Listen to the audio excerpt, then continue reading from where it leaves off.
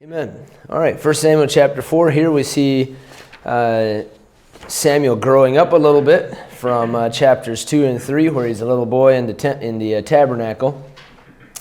And now Samuel, it just seems like he goes from having this calling in chapter 3 to being a grown man. There's not much detail that we're told other than that. The word of the Lord, or the word of Samuel, came to all Israel. Now Israel went out against the Philistines to battle. So I mentioned the other day that this puts the time frame of this somewhere about the same time as Samson. The Philistines have fortresses scattered throughout the land of Israel. I brought this with me because it has a map of the land of Israel again. But the Philistines had several fortresses that we know of, and probably had others as well. There was one up close to Mount Gilboa. There's one at Michmash. There's one over here. I forget the name of it. We'll see it today. Is it Aphek? Yes, it is. That's another place. Basically, what they were trying to do is establish some fortresses around the land of Israel, keep their soldiers there, and of course, try to maintain control of the land of Israel that way. And Samuel fights them and has some initial defeats, which is kind of odd, that Samuel as their leader would have some defeats. But he comes back and has God gives them a huge victory.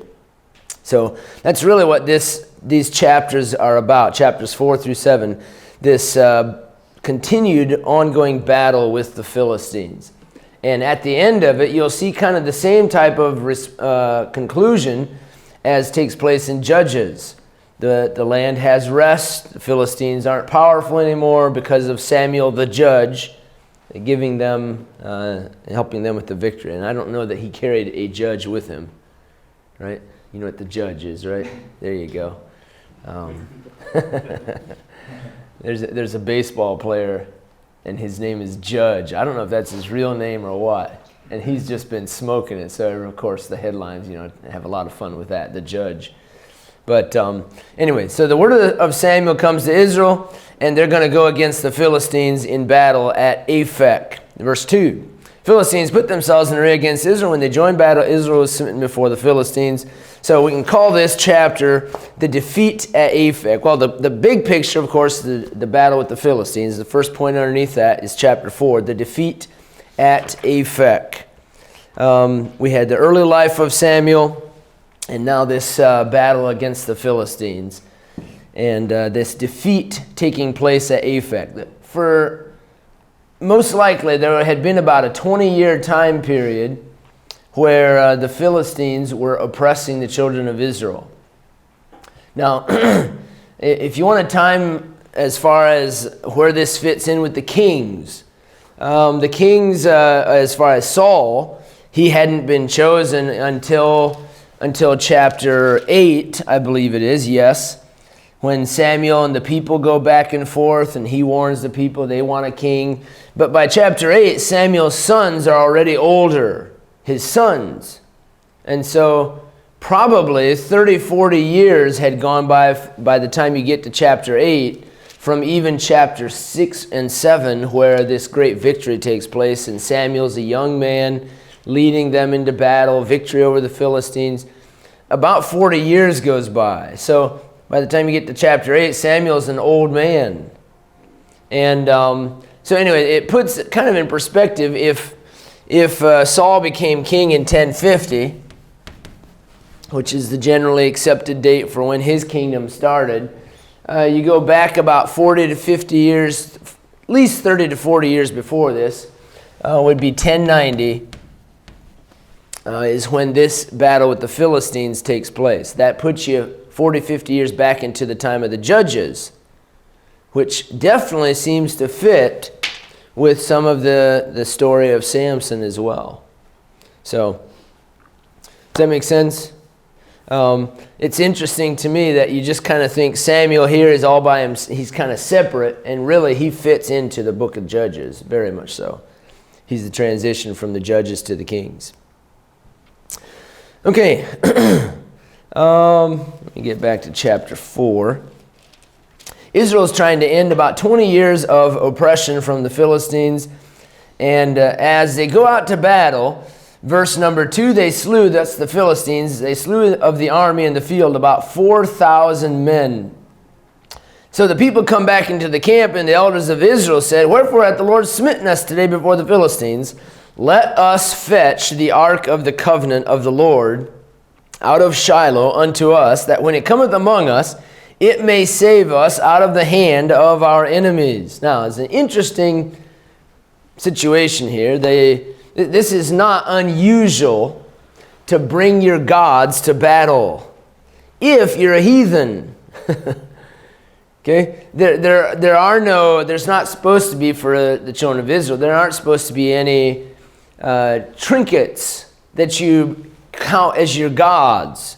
For the other heathen nations, they would of course bring their gods to the battle and assume that if they had victory, they would give the credit to their gods.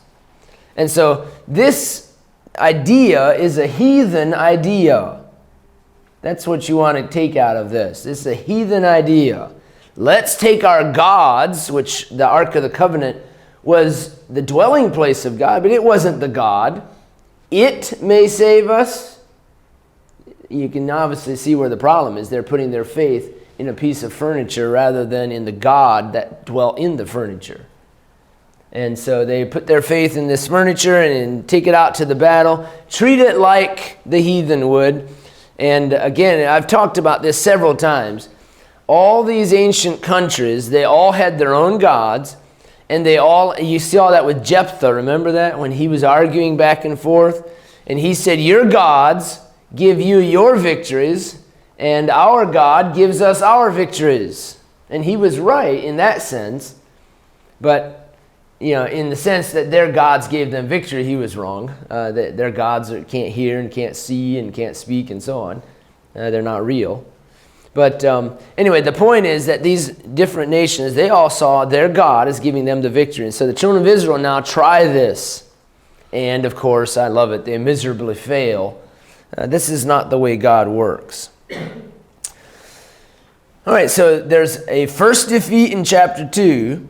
Then, as they take the Ark of God into the battle, there's a second defeat. Look at verse 5. When the Ark of the Covenant of the Lord came into the camp, all Israel shouted with a great shout, so that the earth rang again. And when the Philistines heard the noise of the shout, they said, "What meaneth the noise of this great shout in the camp of the Hebrews?" And they understood that the Ark of the Lord was come into the camp. And the Philistines were afraid, for they said, "God is Elohim, their God, is come into the camp." And they said, "Woe unto us, for there hath not been such a thing heretofore." And they were exactly right. Never had any other country faced an Israelite army with their God, with the Ark of the Covenant in their midst. They had always been smart enough not to take it with them. Until this time. If you stop the story right there, you would say it's over for the Philistines, right?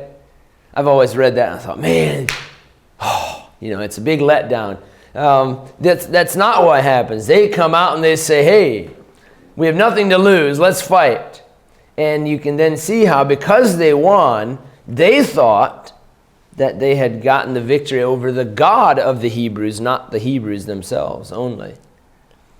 Verse 9, "Be strong and quit yourselves like men, O you Philistines, that ye be not servants unto the Hebrews as they have been to you. Quit yourselves like men and fight." And the Philistines fought, and Israel was smitten, and they fled every man into his tent. There was a very great slaughter. There fell of Israel 30,000 footmen. Hophni and Phinehas are killed, and when the news is brought back, Eli also dies of shock and weight, and falls backward and so on. Now, what's the point? I think this is very important to note this here. The Philistines strengthen themselves and they win the battle. But they misunderstood. What they thought they had conquered the God of the Hebrews. And I think this is just really interesting. This goes back, I think, to the same point as the Judges. That all along, this is not about a physical battle. This is not about a physical problem of the children of Israel having a famine in the book of Judges or, whatever. Just the children of Israel, if you looked at it from a human perspective, you would say that this was a time where the children of Israel were weak and other nations were strong. But that's not the case. The problem is always a spiritual problem. When the people of God are right, God does the fighting for them. God protects them, not their armor, not their military. And so this is a spiritual problem here. I think it's very important to see that. Even though the Philistines thought they had conquered the God of the Hebrews, the God of the Hebrews now is going to clearly mark out that this is not their defeat of him, but their defeat of the children of Israel alone. That the God of the Hebrews is powerful enough to defend himself. Right? This is not an archaeological picture, just so you know. But the God of the Hebrews, I just think this is really neat. Even though they defeated the children of Israel, they didn't defeat the God of the Hebrews. He defends himself. I think that's a very key factor here. Anyway, love that point. So they defeat the children of Israel temporarily. They ran a man of Benjamin, verse 12, out of the army and came to Shiloh with his clothes rent and earth upon his head. He came low. Eli sat upon a seat by the wayside watching. His heart trembled for the ark of God. And when the man came into the city and told it, all the city cried out. And when Eli heard the noise of the crying, he said, "What meaneth the noise of this tumult?" And he came in hastily and told Eli. Eli was 98 years old, and his eyes were dim that he could not see. And the man said to Eli, "I am he that came out of the army and fled to the out of the army." He said, "What is there done, my son?" And he tells him about the defeat. He tells him about his sons being slain. And the ark of God is taken is the last thing he tells him. Verse 18 came to pass when he made mention of the ark of God. Verse 18 I think is kind of significant that Eli doesn't have the full blast of the shock when his sons are reported dead. But the shock is when the ark of God is taken. I think that's just kind of telling that he knew his sons needed judged. He knew how wicked they were. And so when the ark of God is taken, that's when he has the shock. Anyway, it came to pass in verse 18 when he made mention of the ark of God that he fell from off the seat backward by the side of the gate. And his neck brake and he died, for he was an old man and heavy. And again, remember we said the idea of being heavy, it wasn't just that he ate, he lived a normal life and ate too much. No. He was wealthy. He did better than most of the children of Israel. People weren't heavy for the most part. This is because he had lots of money. And he lived well. Okay, so the second defeat results in the capture of the ark and the death of Eli and several of the family members. And then the final symbol, the picture of the whole thing, takes place in verse 19 through 22, where Phinehas's wife, she has the child just as they get this news, and she names the child Ichabod. This is, I think, just a perfect wrap on the chapter. They'd rejected the Lord's ways. They went to the heathen way of taking the ark of God into battle. They lose the battle. A lot of people die, and several of her own family members. And so then the glory is departed from Israel, verse 21, because the ark of God was taken, and because of her father-in-law and her husband, she said, the glory is departed from Israel, for the ark of God is taken. Okay, so that's the defeat at Aphek. Now, let's talk about the ark of God in the land of the Philistines. The ark of God in the land of the Philistines. This will cover most of chapters 5 and chapter 6. Don't you love this story? I think this is a great story, illustration here. God doesn't need man to protect him. That was just a piece of furniture, but God was going to show the Philistines who was still in charge. And the Philistines took the ark of God and brought it from Ebenezer unto Ashdod. When the Philistines took the ark of God, they brought it into the house of Dagon and set it by Dagon. Now, what are they doing? They're showing off their trophy. Remember the last time the Philistines had showed off their trophy? Samson. Philistines, you got just, I know it's not bad luck, but humanly speaking, you would say, man, y'all have a lot of bad luck. You take Samson in there, you show him off, and he destroys your temple as he's dying. And now you bring the Ark of God in there to show it off, and your victory over the Ark of God. Now, you can see both times the point that I've been making, that they saw these as spiritual victories. Their God was defeating, that's the first thing they do. They don't take it to City Hall. They take these trophies to their temples to show their power of their God over the other gods. Verse 3, and when they of Ashdod arose early on the morrow, behold, Dagon was fallen upon his face, there it is, to the earth before the ark of the Lord. And they took Dagon and set him in his place again. Poor Dagon. He said, probably yelling, no, don't set me back up. Last night was bad enough. And when they arose early on the morrow morning, behold, Dagon was fallen upon his face to the ground before the ark of the Lord. And this time his head was cut off, and both the palms of his hands were cut off upon the threshold. Only the stump of Dagon was left to him. Dagon means, part of the word means fish. Dag, the fish god, fish man. Picture of controlling earth and sea, land and sea god. And now the first morning he was just fallen down in front of the ark. Now there was no mistaking the Philistines weren't mistaken about what they suspected, what it looked like. Here was literally their God on his face bowing down to the God of the Hebrews. It's exactly the way they understood that. So they set it up. This isn't supposed to be that way.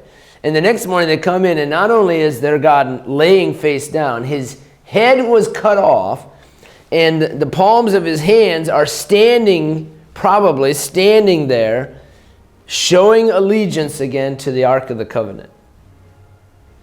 Oh, man. Verse 5, therefore neither the priests of Dagon nor any that come into Dagon's house tread on the threshold of Dagon in Ashdod unto this day. But the hand of the Lord was heavy upon them of Ashdod, and he destroyed them and smote them with hemorrhoids, even Ashdod and the coasts thereof. All right, so the Philistines are plagued with tumors, hemorrhoids, and with mice. It doesn't tell us right there the mice, but one of the things when they want to make it right with the God of Israel,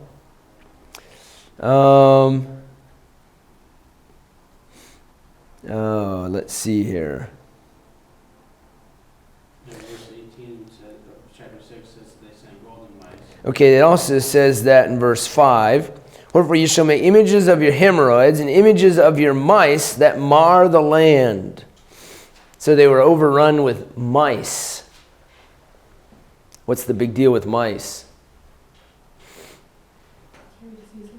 Diseases such as, I've always heard this one, in the Middle Ages, these were very much a fear. What's that? Black Death, but okay. There's another more famous one, I think, that's been around for many years even, that's more identified than Black Death or whatever that is. It's cholera. Cholera. Huge problem in these cities that are walled and so on. You're boxed in and you have mice, and so it's disease. That's general. So this is a big problem for the Philistines. And they knew that there's a connection, and especially it became more and more obvious as the Ark of God went to the next city, and the same problems from Ashdod were brought to the next place at Ekron. Okay, so the Philistines are plagued with tumors. We'll call it that just to keep from being gross about it. And with mice carrying diseases. Verse number 10 of chapter 5. Therefore they sent the Ark of God to Ekron, and it came to pass as the Ark of God came to Ekron. I'm sorry. Let me go to verse 8. They sent therefore and gathered all the lords of the Philistines unto them and said, what shall we do with the ark of the God of Israel? And they said, let the ark of the God of Israel be carried about unto Gath. This is the second place. So they go from Ashdod to Gath, and they carried the ark of the God of Israel about thither. And it was so that after they had carried about, the hand of the Lord was against the city with a very great destruction. And they also have hemorrhoids and tumors. So they send it to Ekron. As they come to Ekron, the Ekronites cry out, saying, they have brought about the ark of the God of Israel to us to slay us and our people. Take it out of here. So you can see a couple of thoughts here. You can see these Philistine cities. How many major Philistine cities were there? The 5, the Pentapolis. 5 major cities: Ashdod, Ekron, Ashkelon, Gath, and Gaza. 2 G's, 2 A's, and an E. That's the way I always remember it. But so you can see that in here. You also see that there was communication between these. The Ekronites knew about the problems at Ashdod and at Gath. And so you can see that there was a lot of communication between these cities. All right. Then chapter 6, verse 1. The ark of the Lord was in the country of the Philistines 7 months, and the Philistines called for the priests and the diviners, saying, what shall we do? Tell us wherewith we shall send it to his place. So they're going to their priests of their gods, the diviners and so on, and asking them what to do. These are the fortune tellers. What do we do? And they said, send it away back to the land of Israel and see if these problems leave. And of course, that would be exactly what would happen. But the method that they use to send these back is really, really funny. First, well, let's title this. I'm going to call this the return of the ark. The return of the ark. Philistines now are going to send the ark back to the land of Israel. And there are several things that they include with this. They send images of their problems. So they're making a sacrifice to the God of Israel. They sent golden mice. That costs a lot of money.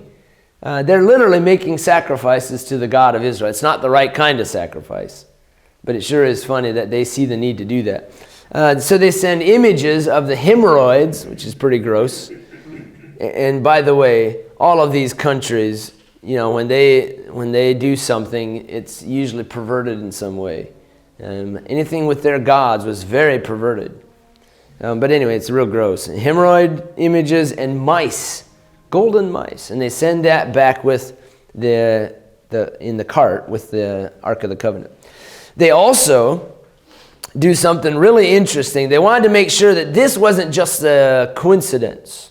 So they, of course, do something strange with the cows. Verse number 7. Now therefore make a new cart, take 2 milch kine on which there hath come no yoke, and tie the kine to the cart, and bring their calves home from them. All right, so there's several things that would make this very, very unlikely. One thing is that they wanted to get milch cows that are in the process of being milked. Say, okay, what's the big deal? Well, we used to have lots of cows that were milked. Cows that have to be milked, they're very, very uncomfortable if they're not milked regularly on a schedule. And so they will be at the barn, guaranteed to be milked. So these are milk cows. Another thing is that they put on, that they got 2 milch kine that had never had a yoke. And now they're putting a yoke on these 2 cows. Okay, if you can understand, it's the same concept as taking an unbroken horse and putting a saddle on them. What's the horse going to do, right? He's gonna object, to put it mildly. What are the cows going to do? They're going to object. They're going to resist having this yoke on them. The cows, you put 2 cows in a yoke, they're not going to get along, are they, if they've never had it before? One's going to go this way, they're going to fight each other. Anyway, so that was another test. Another test that they would put to these cows would be to bring their calves home from them. So they're going to bring the calves, put them in the barn, and see if the cows go away from their own calves, which is very, very unlikely.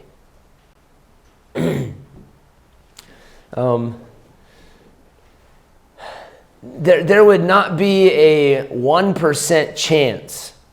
I guarantee you, not even a 1% chance that these cows would walk away from their own calves with a yoke on them that they've never had a yoke on before, working together, and walking away from the barn where they're used to being milked, or the farm, or whatever. There's not a 1% chance. There's probably not 1 in 1,000% chance that they would do this.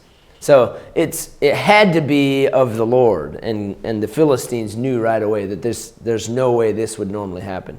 And of course, what they did, exactly, it worked. God led those 2 cows away from there. Verse 8, and take the ark of the Lord and lay it upon a cart and put the jewels of gold which you return him for a trespass offering. Thank you very much. In a coffer by the side thereof, and send it away that it may go, and see if it goeth up by the way of his own coast to Beth Shemesh. Then he hath done us this great evil. But if not, then we shall know that it is not his hand that smote us. It was a chance. It was just a coincidence. And the men did so, and took 2 milch kine, tied them to the cart, shut up their calves at home. So 3 parts to this test. And all of them, God made it happen. And they laid the ark of the Lord upon the cart and the coffer with the mice of gold and the image of their hemorrhoids. And the kine took the straight way to the way of Beth Shemesh. Can I show you a picture here? A couple of pictures, actually. We were at Beth Shemesh. There's a lot of ruins there. I'll pass this around. But this is in the ruins of Beth Shemesh, looking off towards the way of the Philistines. Huge, huge open valley. And if you follow that valley out between these mountains, it just keeps going. It's that Shephelah, the series of valleys leading up from the land of the Philistines up into the hills where the children of Israel lived. But this is one picture. I'll pass that around in a second. Here's another picture at Beth Shemesh, and it gives you even more of the view of the open valley and out this direction towards the land of the Philistines. But the Bible tells us, of course, at Beth Shemesh, that the people were out there reaping the grain in the fields, and they looked up and they see down the valley. I mean, it's a great picture here in either one of these, as they're here working close to the town, and they look way down the valley, and here they see these cows coming along pulling a cart, and lo and behold, it's the Ark of the Covenant on the back of this cart. I mean, it must have been the oddest thing to see, you know. So I'll send these around. I don't think either of those are my picture, but I made sure, standing there, to have a picture looking down the way towards the land of the Philistines. So we're in verse, let's see here, verse number 11, 12. The kine, verse 12.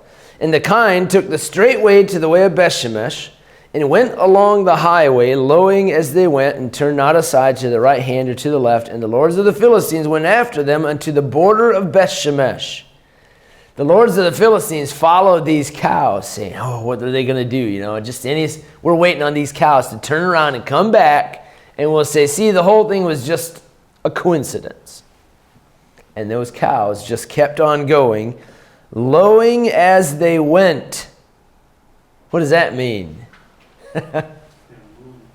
Huh? Okay, they're moving, but what's significance there? They needed milked. And what else? Keep going. Well, sorry? They want to be back with their calves. They want to be back with their calves, but they were being driven. They were being driven. They knew they had no choice but to keep going. And I don't know, I just picture an angel walking along behind them, you know, with a prod. Come on, let's go. Hey, the angel came to Balaam, right, and stopped the donkey. And to me, I just see the same type of thing here. I think there's an angel prodding them along. And they're moving, wanting to turn around, probably looking back, But they kept on walking in a straight line away from their calves. They took the straight way to the way of totally all by themselves, nothing. They took off. As soon as the Ark of the Covenant is put on the back of that cart, the cows take off. I think it's just an amazing story. Verse 13, they at Beth-Shemesh were reaping their wheat harvest in the valley. There's your valley.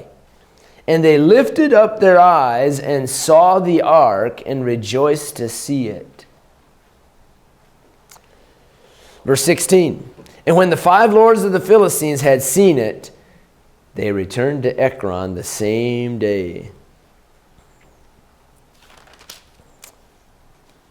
Let's see here. Okay, so that's the return of the ark. The men of Beth-Shemesh, by the way, looked into the ark to see what it was about, and God smote many, many, many of them. 50,000 men and 70. By the way, that doesn't. There's a lot of debate over how in the world that's possible. Beth-Shemesh isn't big enough to hold 50,000 men. Well, that's not just the people inside the city. It's the people around there. And it wasn't on one day. It was over a period of time that many, many, many people came by from the area right around there and looked into the ark, and God smote them. All right, so chapter 7 now. The victory at Mizpah. We still haven't seen the Philistines defeated. They tried, children of Israel tried twice in chapter 4, and both times were defeated. Then the story of the ark, and now Samuel leads a spiritual battle, and God gives them the victory. It's amazing. Chapter 7. Men of Kirjath-Jearim came and fetched up the ark of the Lord, brought it into the house of Abinadab in the hill, and sanctified Eleazar his son to keep the ark of the Lord. It was there for 20 years. Now, verse 3. Samuel spake unto all the house of Israel. By the way, I think that this 20 years of oppression that was mentioned earlier in chapter 4, this is that same 20 years of chapter 7. Children of Israel being oppressed by the Philistines. So Samuel says, hey, we need a spiritual revival to gain physical deliverance. That's the point we've been making. If ye do return unto the Lord with all your hearts, then put away the strange gods and Ashtaroth from among you, and prepare your hearts unto the Lord, and serve him only, and he will deliver you out of the hand of the Philistines. See, the same story as Judges. Then the children of Israel did put away Balaam and Ashtaroth, and serve the Lord only. And Samuel said, gather all Israel to Mizpah, and I will pray for you unto the Lord. So, when they draw everybody to Mizpah for this spiritual revival meeting, verse 7, the Philistines heard about it and said, hey, what's going on here? See, the Philistines had posts scattered throughout the land of Israel, and when they see the children of Israel gathering together, they realize that that is a threat to them. And obviously they're gathering their armies together to fight them. So the Philistines went up against Israel. When the children of Israel heard it, they were afraid of the Philistines. I guess they've been defeated multiple times by them. And the children of Israel said to Samuel, cease not to cry unto the Lord our God for us, that he will save us out of the hand of the Philistines. Good move. This time they're asking the Lord for help, not assuming or presuming that the Ark of God will deliver them. And Samuel took a sucking lamb and offered it for a burnt offering holy unto the Lord. And Samuel cried unto the Lord for Israel, and the Lord heard him. And as Samuel was offering up the burnt offering, the Philistines drew near to battle against Israel. I mean, they were in threat of being, this group at least, being annihilated. And the Lord thundered with a great thunder on that day upon the Philistines, and discomfited them, and they were smitten before Israel. Thunder. Would that scare you? Would that disorient? That's what happens here. They're disoriented. Have you ever seen people's reaction to unexpected thunder? I've looked at, when I was studying for this a couple years ago, I looked at some clips. And people are out minding their business, and all of a sudden this large, huge crack of thunder, really loud. They fall to the ground. I forget where it was. One of the clips I saw was in a baseball game. And the batter was at the plate. And the players are all out there, playing baseball. And this really, it must have been just right outside the stadium or something where the lightning strike. And literally the batter just covered his head and just dropped to the ground. And all the umpires, everybody just ducked. It was a natural reaction.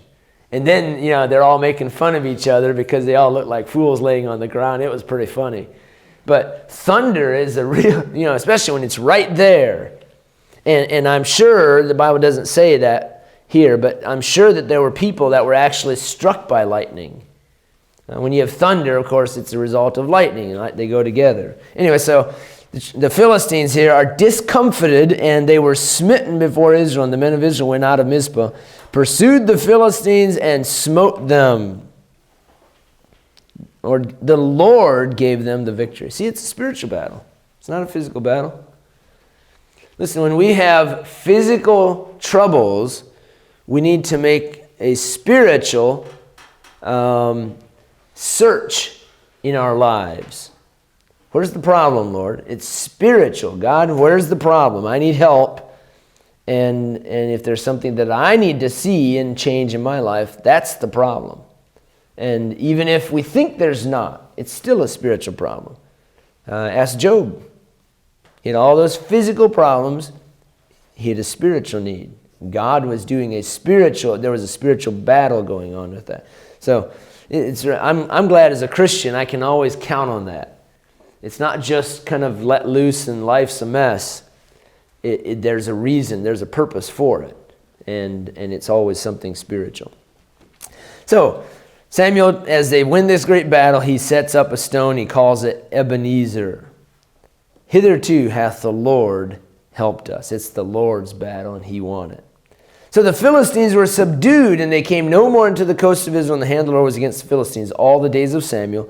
And the cities which the Philistines had taken from Israel were restored to Israel, from Ekron to Gath. The coast thereof did Israel deliver out of the hands of the Philistines, and there was peace between Israel and the Amorites. And Samuel judged Israel all the days of his life. So the victory at Mizpah was a great, great battle, great victory.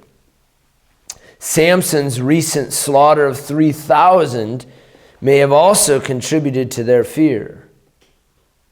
Probably had taken place right about the same time. Okay. And that brings us then to our next section, really, of Samuel being rejected and, of course, and then going to choose a king from the tribe of Benjamin. All right, that brings us to conclusion, really, I think, of the time of the judges. Samuel is a judge at the end of his many years, not the end of his life, but for many years, he judged Israel. The verses here tell us he lives at Ramah, and that's where he judges from, but he also traveled a circuit around judging the children of Israel and really bringing spiritual revival, which kept the Philistines at bay for that time period.